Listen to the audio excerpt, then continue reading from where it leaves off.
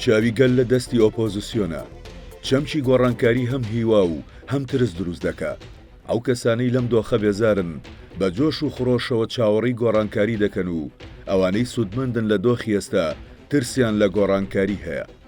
ساڵی 2023 گەورەترین ساڵی گۆڕانکاری تورکیا دەبێ. وێنەکە زۆر ڕوون و ئاشکرایە. یان کۆماری تورکیا تاجی دیموکراسی لەسەر دادەنێ و بەردەوام دەبێت لەسەر ڕێگەی خۆی، یان ڕژێمی تاکە کەسی پەرە دەسێنێ بۆ جۆرێک دەبێتە پاشایەتی و شانشینی. بەم زوانە بانگەشەی هەڵبژاردن دەست پێ دەکا.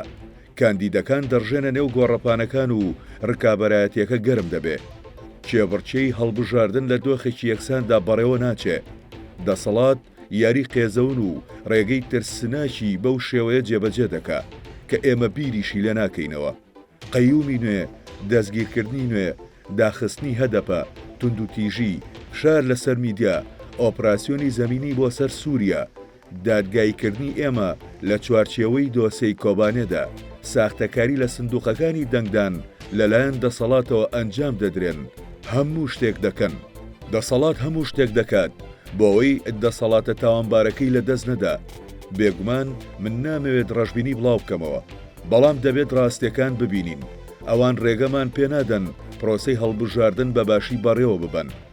بەندێکی پێشینان هەیە دەڵێ ماسێکی مردوو بەلایەکدا دەڕوا. وەک دەمیرتاش دەڵێ دەسەڵاتیش لە تاوانەکانی ناگەڕێتەوە و بەردەوام دەبێت لەسەر تاوانەکانی. بۆ ئەوەی ژیانی 100 ساڵی دیکە بکردنەوە هەوڵ دەدەن پارە بڵاو بکەنەوە. گیرفانی هاوڵاتیان پڕ دەکەن لەو پارەی کە لە رووسیا و وڵاتانی عەرەبی قەرزی دەکەن و هەوڵی فریودانیان دەدەن. 27 پارتی سیاسی باشداری لە هەڵبژاردنەکاندا دەکەن. 5 لە پارتەکان سەر بە دەسەڵات و 22 پارت ئۆپۆزیسیۆنن. ئەگەر هەموو پارتە ئۆپۆزیسیۆنەکانیش نەتوانن، بەڵام زۆرینەیان دەتوانن لەسەر مانیفیستۆیەتی دیموکراتی دەخاڵی ڕێبکەون. ئەگەر ئۆپۆزیسیۆن کاندیدی هاوبەشی نەبێ بۆ پۆستی سەرۆک کۆمار ڕوبەڕووی تراژیدیا دەبینەوە. ئایا هاوپەیمانەتیەکان دەتوانن لیستی هاوبەش ئامادە بکەن کە زۆرترین کورسی پەرلەمان بەدەست بهێنن؟ شەرمەزاریە ئەگەر نەتوانن ئەم کارە بکەن. هاوڵاتیان هەزاران لاپەڕی مانیفێستی هەڵبژاردن ناخوێنێتەوە. ناڵێم پێویست نییە، کەس گوێ لە وتارەکانی چەند کاتژمێری ناگرێ. بە هیچ شێوەیەک پێویست نین، بەڵام بە دڵنیاییەوە چاو و گوێی هاوڵاتیان لە ئۆپۆزیسیۆن دەبێ.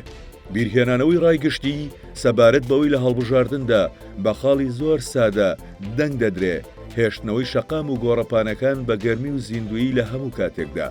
پێکەوە مامەڵەکردن و پاراستنی سندوقی دەنگدان بە دڵنیاییەوە ئۆپۆزیسیۆن سەردەخا.